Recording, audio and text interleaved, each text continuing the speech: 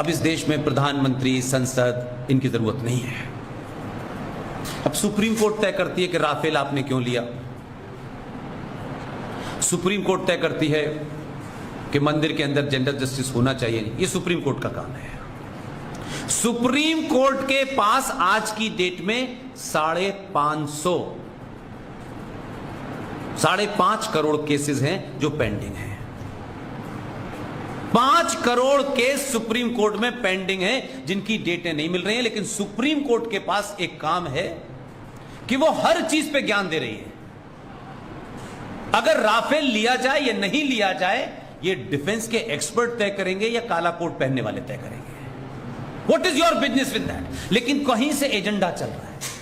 उन्होंने एक आदेश पारित किया है कल परसों, मेरा ख्याल है 4-5 दिन हो गए, और उन्होंने कहा है कि भारत में हेट स्पीच जो है वो बहुत बढ़ रही है।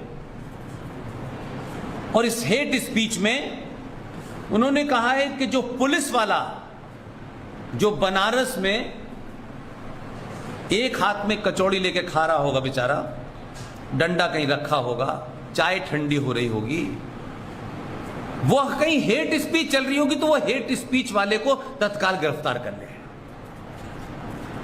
और अगर उसने ऐसा नहीं किया तो सुप्रीम कोर्ट कहती है इस पे कंटेम्प्ट ऑफ कोर्ट होगा।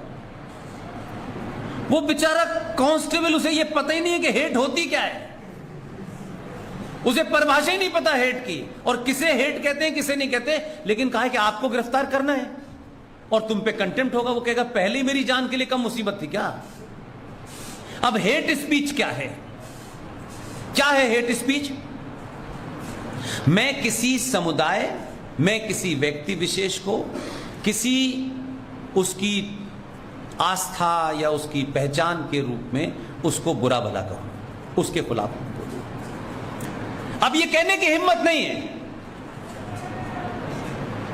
इस देश में नहीं, पूरी दुनिया में 1400 साल से एक हेट स्पीच चल रही है।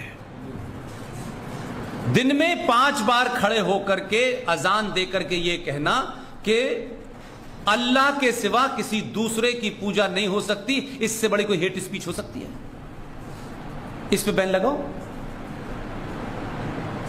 तो हम रियल बात ना आए, इधर उधर की बात ज्यादा करते हैं। इसलिए हेट स्पीच को ये समझते हैं। तो सबसे बड़ी हेट स्पीच तो इस देश के जजों ने की। नुपुर शर्मा उनके पास गई कि मेरे देश भर में जो FIR हैं इसको एक जगह कलेक्ट कर दीजिए ताकि मैं बाहर ना निकलूं, जिहादी मुझे मार सकते हैं। तो सुप्रीम कोर्ट ने फैसला कम दिया, प्रवचन ज्यादा दिए। तुम एरोगेंट हो, तुम्हारी वजह से देश में दंगे हो रहे हैं, तुम्हारी वजह से देश में, तो ये हेट स्पीच कौन दे रहा है? तो कुछ भी चल रहा है, क्योंकि सनातनी हिंदू समाज सिर्फ नौकरी, शाम का खाना, सो जाना, फिर एक दिन मर जाना, एक दूसरे को गाली देते रहना, अपनी निजी पहचान, अपने छोटे छोटे स्वार्थों से ऊपर ही नहीं उठना चाहता। और बहुत सारे ठेकेदार आपको उठने देना नहीं चाहते। जब आपके अंदर जागृति पैदा हो रही है तो कुछ लोगों को लगता है अरे ये ठेका तो हमारे पास था, लेकिन हमने 70 साल तक तो दुकान चलाई अपनी, अब ये ठेका कोई और ना ले ले। तो वो कह रहे हैं हर मस्जिद में शिवलिंग क्यों ढूंढना है?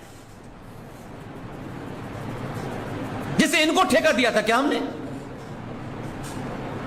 हर मस्जिद नहीं, हर गली में हमें शिवलिंग ढूंढना है, क्योंकि वो हमारी आस्था का मामला है और उसको तुमने तोड़ा है।